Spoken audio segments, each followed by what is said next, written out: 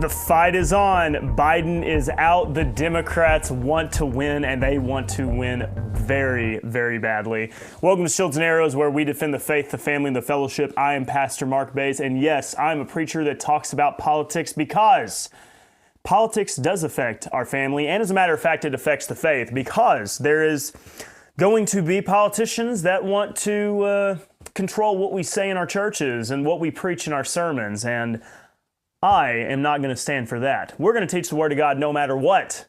And a part of the defense of the preaching of God's Word, the teaching of sound doctrine, requires us to pay attention to matters of politics. It absolutely does matter. So I hope that you are ready to jump into all of this.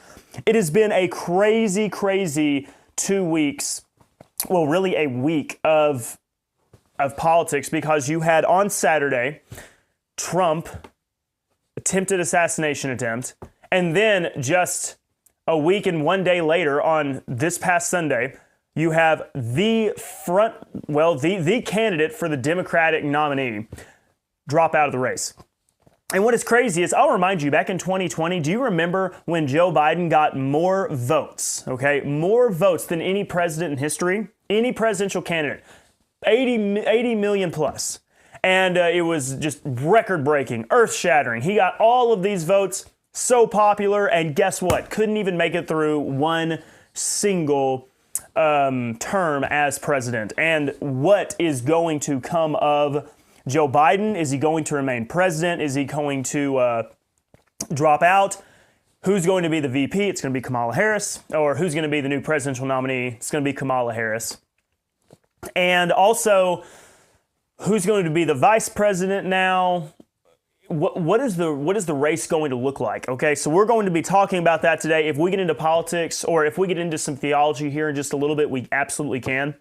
But this is what probably is on your mind right now. At least most of you. I know a lot of you keep an ear to the ground on these matters. If you are someone who is not very interested in politics, I don't know, you can turn off the channel. You can go watch one of my Bible studies, if you will. But we got to talk about it. We got to talk about it. And also, I will be the only show going live on Worshipify today, because Ask the Theologian is not on. Try to talk to Dr. White about maybe doing a hosting for him, but it takes a little bit of work on their end to get the show set up for me to host and roll into that. But maybe Friday, we'll see. I'll talk to him about it, so keep you updated on all that. But crazy, crazy news. And let's first of all talk about this matter. So Joe Biden, it's very strange. The whole thing is so weird. First of all, he said he wasn't dropping out. This was on Friday, even Saturday. He was committed to the race. And then on Sunday, no press conference, no public announcement. He makes a post on X, right, formerly known as Twitter. And in that post, he announces that he is not seeking re-election. So there's all sorts of jokes, like Joe Biden's going to be really upset when he finds out that he's no longer running for president. We're assuming that Joe knows about this. We have not seen him in public. As far as I know, if we go to, we look at any of the news sites, Joe Biden has not made a public appearance yet. I mean, it's very strange. Nothing that I'm seeing so far has anything to say that Joe Biden has appeared on the public stage. Nobody has seen him. All we have is this X post, and you've already had all the big Democrats. So Obama came out and gave his fluff condolences to Biden's failing campaign, but tried to. They're allowing Joe to ride off into the sunset as a martyr, a great American hero. He sacrificed his own ambitions of being president for the greater good. You've had the Clintons come out, so many of the other big Democratic donors, supporters, they've already addressed it. They've given their eulogy for the death of Joe Biden's campaign, yet Joe Biden's still nowhere to be seen. Very strange stuff, very odd. Now, it would appear that Joe Biden, he did in another post, so once again, maybe this is, you keep hearing the joke weekend at Bernie's, so maybe somebody's typing using Joe's half-dead body on his phone to send out these tweets, but he has supported Kamala Harris. That's what we're getting the reports on. So Kamala Harris, I'm telling you right now, is going to be the vice president, or going to be the new presidential nominee. They've got no one else. No one else. Gavin Newsom wants no part of it. He's too slick. He's too smart. I think he's going to wait. I would be shocked, absolutely shocked, if he is the vice president. I highly doubt it. But on Shields and Arrows, predict the unpredictable. So who knows? But I think Gavin Newsom's going to sit out till 2028. That's if Kamala Harris doesn't win the election this time around. So we're going to see who they pick for the vice president. And just a moment, we should be able to connect here in just a moment. Yeah, I know, Ken, we froze up right there for just a second, but it's going to get better. It just takes a minute. This is the struggle being in Oklahoma, all right? Y'all like to follow the preacher from Oklahoma? Well, you're going to have to deal with the, we don't get fiber optic cable run all the way out through the cow pasture, okay? All right, now we're back. We should be reconnected here. But I just am telling you right now, okay, the fight is on. This presidential race, it's not going to be a blowout, all right? I'm giving you my predictions right now. It's going to be close because you are now going to see a consolidation and a rally behind you're going to see a rally behind Kamala Harris, okay? Everybody's about to come home because they have to, all right? It's too close to the election.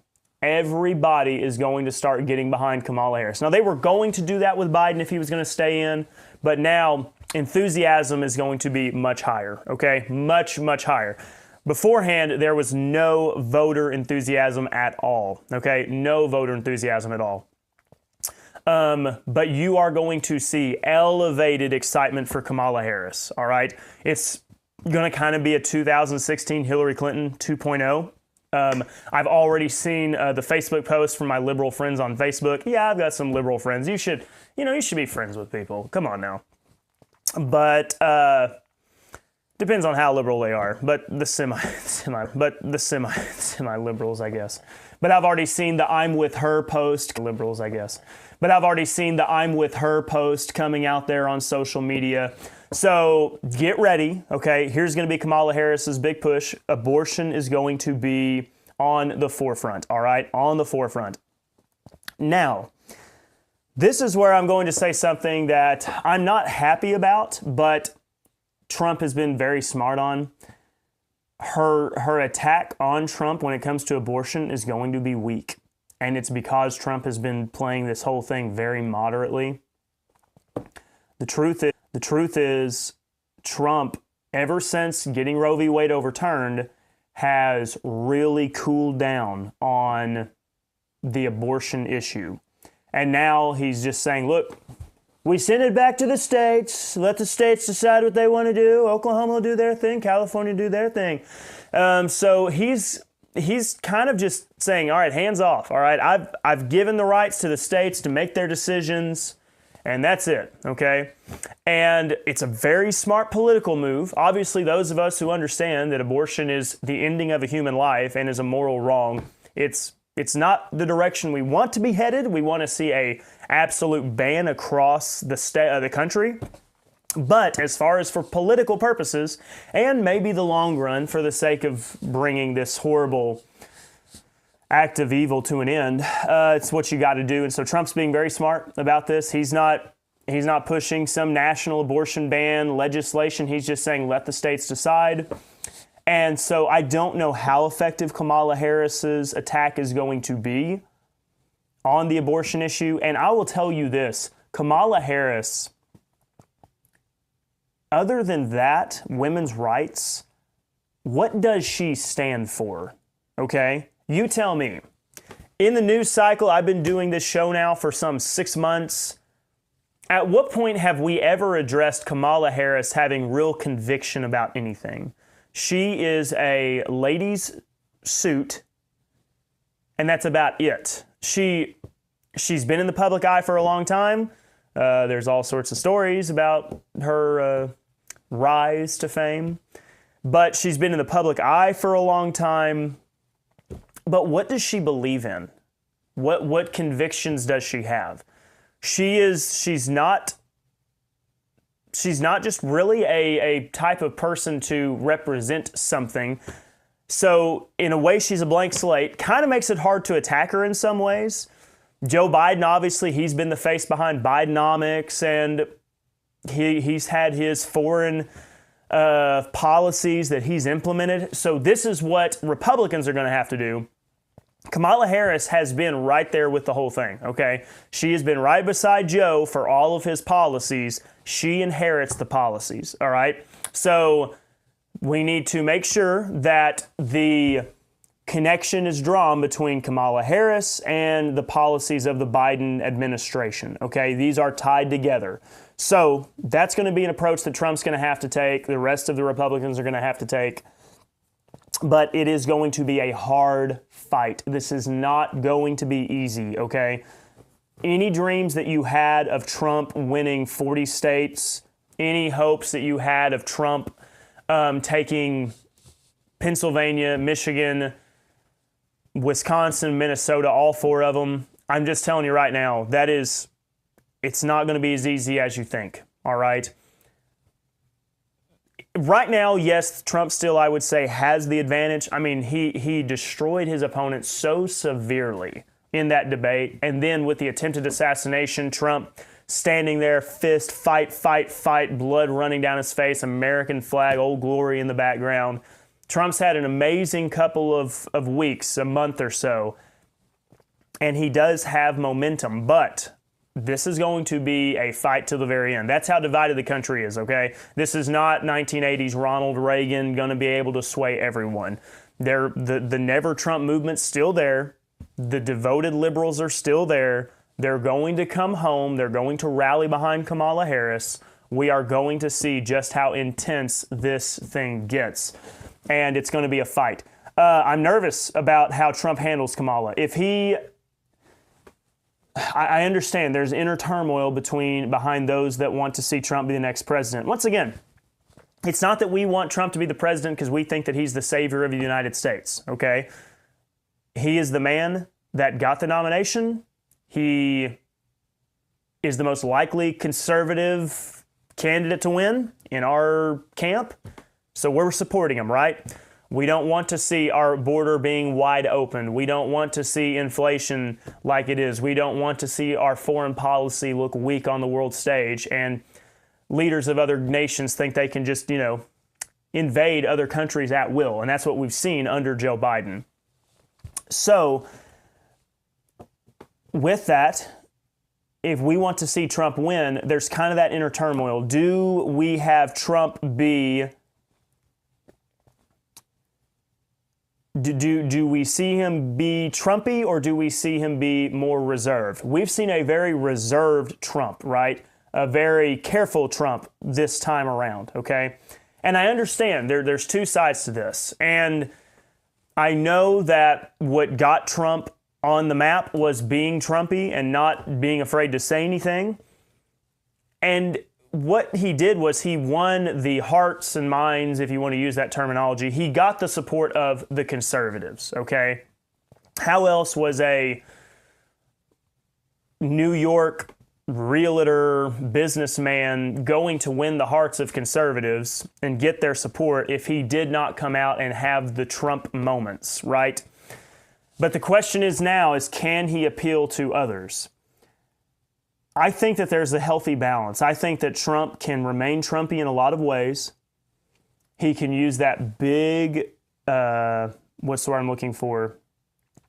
Ego, but not really ego, but that big personality that he has, the showmanship, use just enough of the language that matters of the border and such things. But I will say, just my personal observations, if he leans in too hard and gives them any ammunition at all to make this an attack on Kamala Harris as a woman, for example, that could be an area where he's going to lose some ground, right? And I know we look back at 2016, And we say, well, it's Hillary Clinton 2.0. Trump won last time. Yeah, he did, but the only thing about politics, as we've come to see so far, is it's unpredictable. Just because things seem similar, you have what we're presuming to be the presidential candidate being a female, Trump kind of coming back and having his big moment in 2024. Things do not always play out the same way. The demographics have changed to a degree. Trump's gained some people, but maybe he's also lost some as well. It's going to be a fight down to the very end.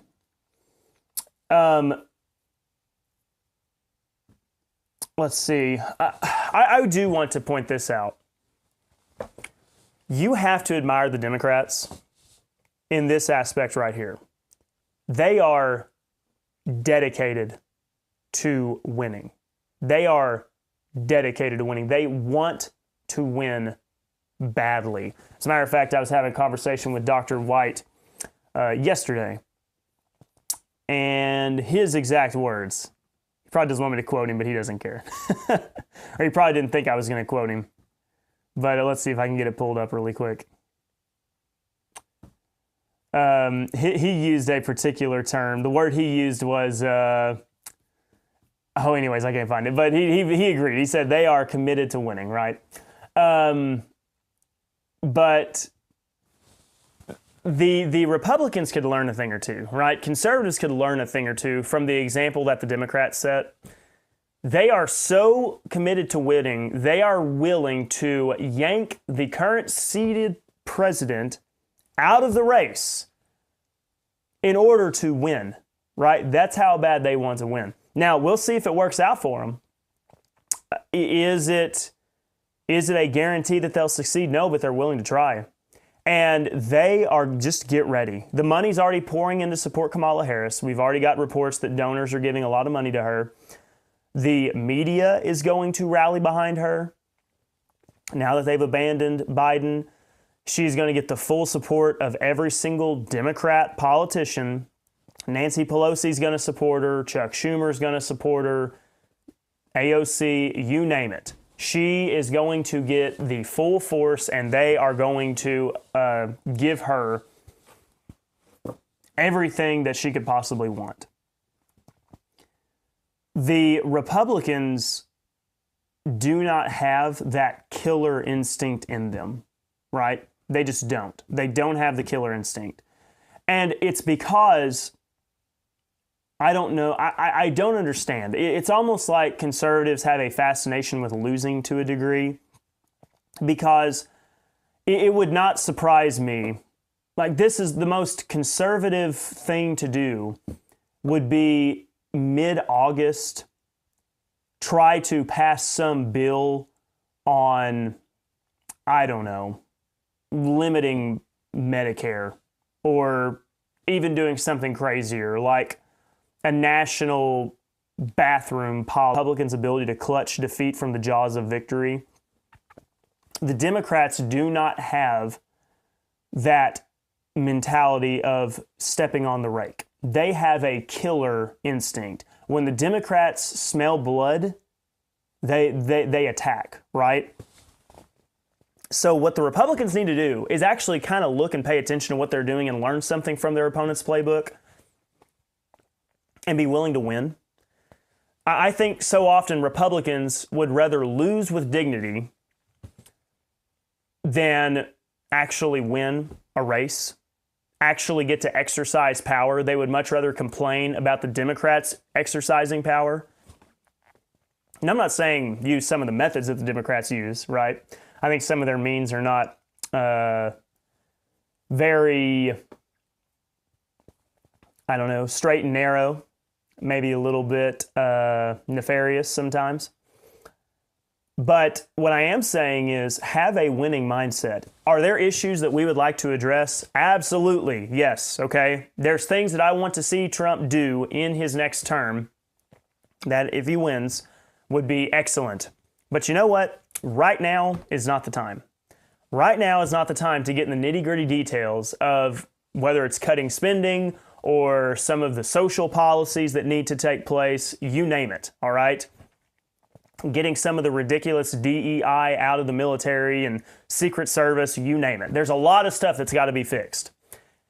Trump is being smart right now, and Trump does seem to be having that killer instinct because he is downplaying things like the Project 2025. I haven't read it. I know that there's some stuff in it, from what I understand, that's actually pretty good. We would all like to see the bureaucrats, unelected officials in the deep state get booted and actually let somebody else step in who reflects the values of the people, instead of we just have this hidden group of government agencies operating and running however they want, trying to undermine the elected officials put in place by the people. But right now is not the time to get into all that, okay? I think the Democrats, we're probably going to see them run a pretty disciplined campaign. I think Kamala Harris is going to run on women's rights. I think she's going to run on probably, I don't know, something like, of course, women's rights encompasses a lot of things, whether it's abortion or equal opportunity. Probably going to run on racism. She'll try to play that card because she is a black female, so she has the highest credentials of diversity within that box. Even though she is married to a man, that is one mark against her. But they are going to run pretty disciplined. What's interesting, though, is I don't know what's going to distinguish the two, because Trump has been running a more central, moderate campaign. And I don't even know if central's fair, but it's just more moderate. He's not being near as strong on his rhetoric. Now, there's some people that like that, some people that don't like it. I know there's some conservatives that want Trump to be more like 2016 Trump. But it's not 2016, it's 2024. And some things can change. One thing is, I'm going to say for sure, though, this is not going to be a blowout. Kamala Harris isn't going to go down easy, and neither is Trump. It's going to be a close election. It's going to be, I don't know if it's going to be 2020 close, because 2020 had all sorts of shenanigans and poll booths getting shut down for a while the Democrats look to find enough ballots to get, the results that they need, you name it. It is going to be close. So we are going to see how all of that plays out. I'll get to some of your comments now, because I know you have some thoughts on the matter, and get some of your insight.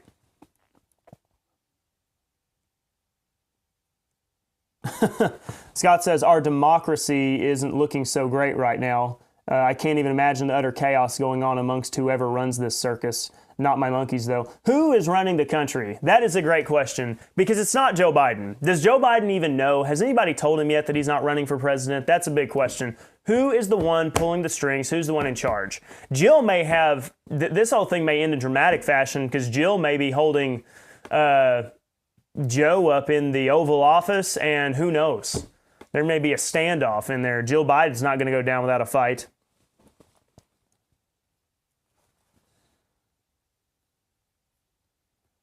It's going to definitely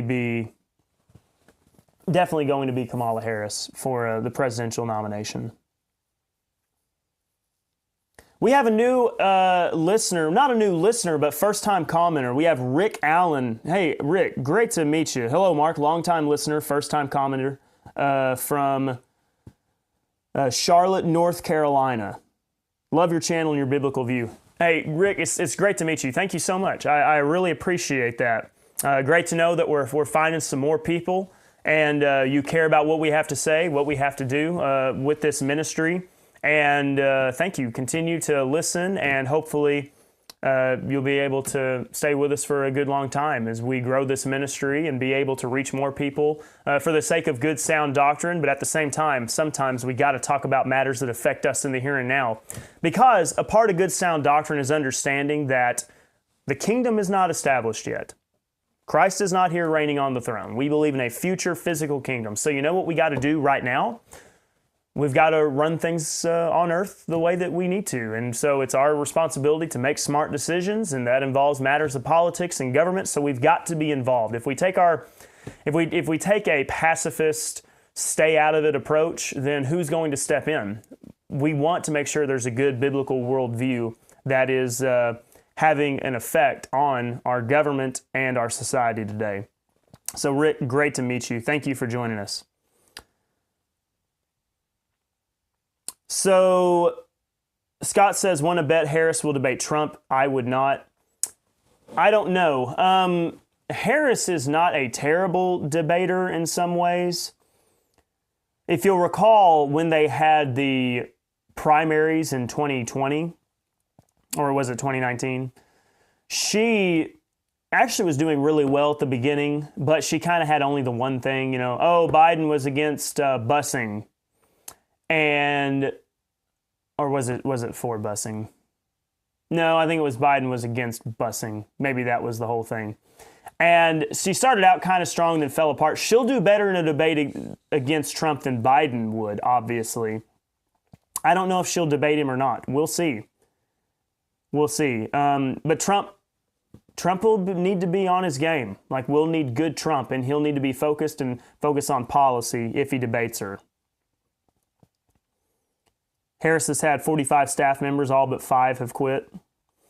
The thing about Harris is, and as long as Trump can do a good job and the Republicans can do a good job of getting the message out there, she is not a likable person, okay? Kamala Harris, she is a strange example of somebody who has been extremely lucky in her political career. She got on the scene through some ways that not exactly the most moral, but this is a family show, so we're not going to go into all the details.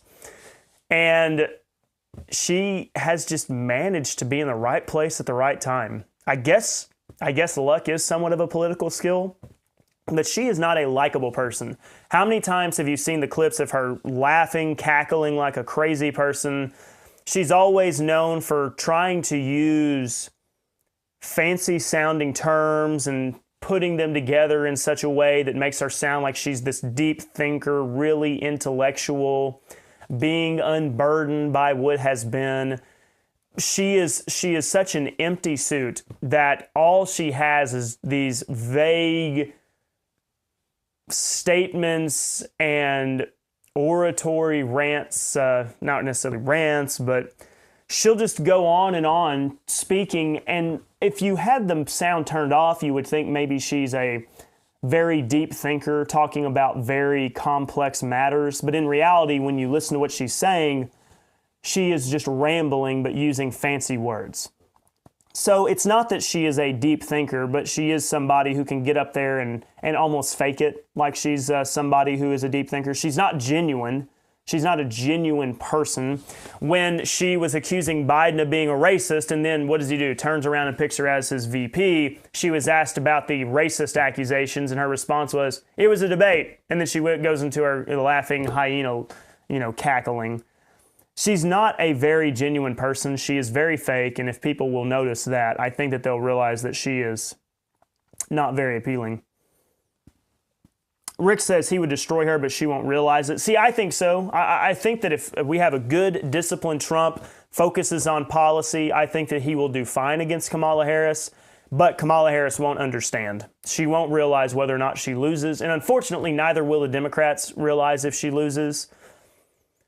The reason why they acknowledge Biden lost is just because Biden looked so dead on the stage.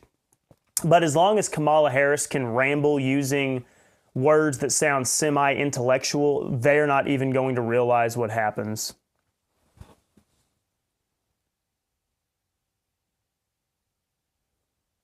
Chuck says, who knows? But Dan Bongino is saying that Hillary is going to be the candidate soon as Hunter's deal is cut. Hope not. I don't know. I think she's done. I know she desperately wants to be president, but I don't think that the Democrats are going to let her. She's already lost to Trump before. They have an image of her. The country already has their view of who the person of Hillary Clinton is. I would have a hard time seeing that. But we don't know. How could you imagine Kamala Harris and a Harris-Clinton campaign? Hillary Clinton being the vice president. I've heard some people say that she's definitely going to pick a white man. I don't know. It would not shock me at all. Sometimes the Democrats can do things and really lean into their their policies, it would not surprise me if she doesn't pick a woman. Like if we do not have an all-female ticket and really try to get the single woman vote. Let me say this. When you look at the polling is clear that men, whether they're single or married, greatly support in overwhelming numbers the conservative candidate, but it's the single women that want to support the Democrats. All right, listen, people, make sure your daughters get married, okay? Because if they don't get married, they become like feminist leftists. It's just a result of it. And this is true for even the Christian girls as well, all right? So you good little Christian girls that go to church, I've seen enough of them to know, all right? If they reach their late 20s and they're not married, most of them become liberal in their ideology, okay? I'm just saying, and I'm going to sound super old school here, but I'm just telling you like it is. All right, if there is not a man taking the responsibility of being the head of his household, all right, these ladies are going to fall into a liberal ideology because liberalism is feminism. It's a rejection of the order of creation, and it's just what they do. So we'll see. They may go with an all-female ticket and really try to drive out the votes of the ladies. No telling. Kristen says you've also heard Hillary being thrown around. We'll see. Rick says they are devil's chess pieces and he is playing the game of a desperate loser. They are desperate, and that shows you how desperate they are to win. That was a big move, having Biden step down.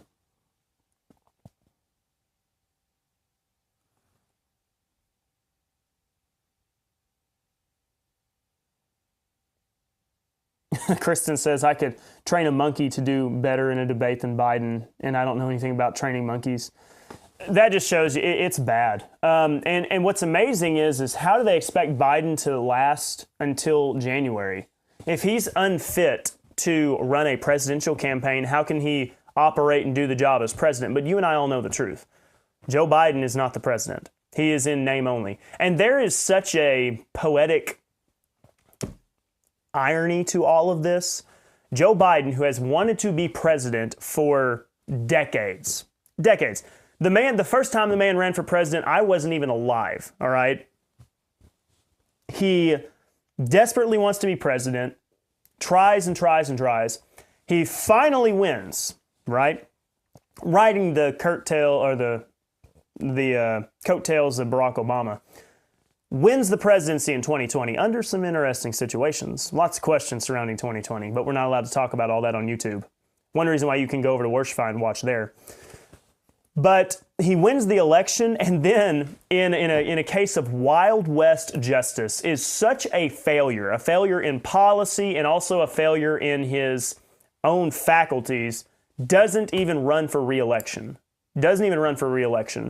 It is quite amazing. Politics is poetic a lot of times, and it is sometimes the way it plays out, Hollywood can't even do better.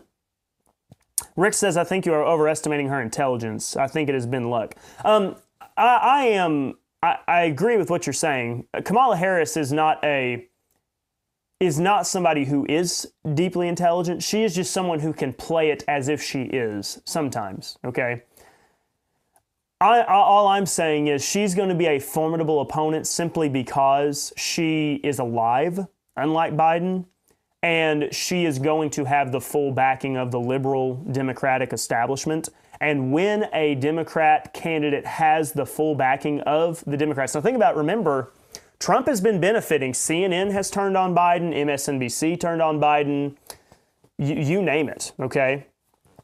Now watch this. All the chickens are going to come home to roost. CNN is going to be singing the praises of Kamala Harris. She is the most masterful politician that's ever been. And I know they've tried to reboot Kamala Harris a number of times and tried to reframe how people view her. But they're going to crank it up to 11 now, okay? They're going to be playing the best hits of Kamala Harris nonstop on CNN, MSNBC, and the other different news outlets. She's going to get fluff pieces from the Washington Post, New York Times. They're going to all be giving her the benefit of the doubt. So when you have a Democrat with the full backing of the Democratic war machine, all of the politicians, all of the media, it's a force to be reckoned with. Nancy says, not my daughter, Mark. Lisa is a staunch conservative and Trump supporter. Well, that's because she had good parents, Nancy. Unfortunately, not every single one of our young ladies had the benefit of being well-grounded, okay? So good. It's proof that it can be done, but they are so much more susceptible. So much more. But I'm thankful. But of course, Lisa turned out great because look at her mom, look at her dad. She's set up for success. Not only are they good conservatives, but they're right dividers.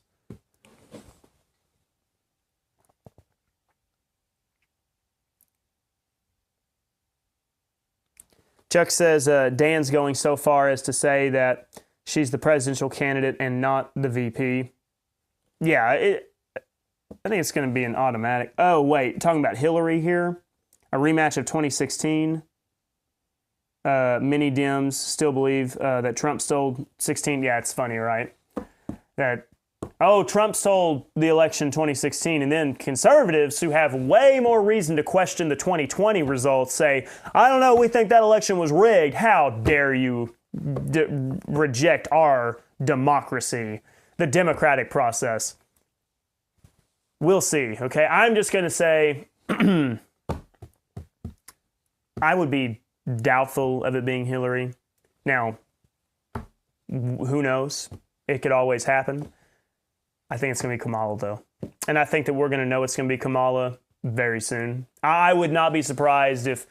I'll say this. Let me say this. If we get to Friday and Kamala is not the official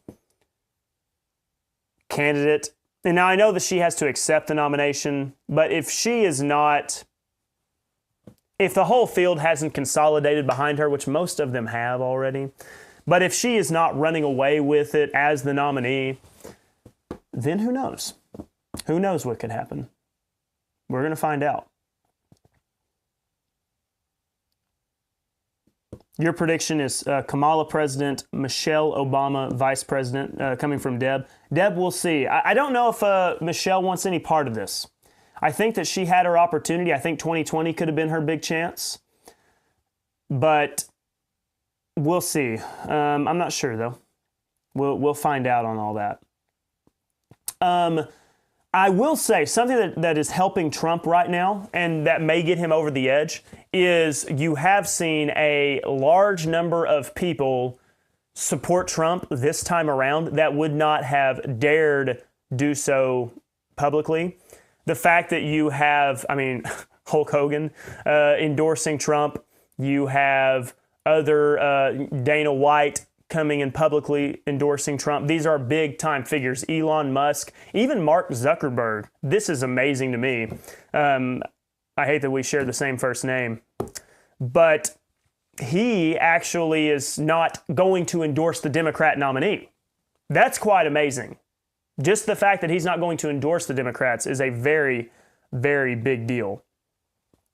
And so Trump does have a lane in 2024 that I don't think that he's had in other times. He's got a more broad appeal. It's kind of more culturally, socially acceptable to endorse Trump. It's going to be interesting. That's why I'm saying this is not... It's not the end of Trump's campaign, but I am saying it's going to be a fight, and we're going to find out, we're going to see. So what would the Trump campaign need to do? I think he needs to stay the course in a lot of ways. I think he does need to point out Kamala Harris being a disingenuous person. He's going to need to point out her character flaws. You can't just point out policy, because the policy side of things, we understand, we can see that the Biden administration's policies were a failure. But you've got to tie it to character flaws as well. And Kamala Harris has plenty of them. So he's going to need to point that out, address the issues that Kamala Harris has as a person, okay? And he's going to have to do that. He's going to have to make sure that he can frame her. So conservatives, Republicans need to frame her as a disingenuous person, somebody who is not actually a true visionary for anything. And that's kind of the thing about Biden that was one of his weaker points. He never believed in anything, but Biden was, the classic picture of Biden is he sticks his finger in the air and sees which way the political winds are blowing, and that's the way he goes. There is not a single person alive who would support traditional marriage in, I don't know, 2008 or whatever, and then by 2016 completely abandon the view of traditional marriage. That's not a thing that a person does. That's such a fundamental worldview, right? Those worldviews don't change. Either in 2008, he actually believed in traditional marriage, but by 2016, Biden was willing to lie about his own convictions for the sake of political gain, or he's never really had any serious deep thoughts of morality, so he just knew that the majority of people were not for redefining marriage, so he was not for redefining marriage. So just as Biden had no genuine convictions or beliefs, Kamala Harris is the same way. They've got to point that out, okay? So, Deb, come on now, Deb, don't be so gloomy. We can still fight here, right? Hey, purpose of shields and arrows, right? We're defending the faith, the family, and the fellowship, all right? We're not going to go down without a fight around here, okay? If we thought everything was all doom and gloom, we wouldn't be doing this today. But I believe that not only, okay, ready? Let me be optimistic here. Not only do I think that we still stand a chance to salvage this nation of America in some form. I'm not saying that we'll reach its heights of maybe what it once was, but we can salvage it to a degree. I think that this show, as well as other ministries like Dr. White's ministries and others, we are going to be able to make headway into the evangelical machine as well. I think that as we continue to provide good quality content, I think as we continue to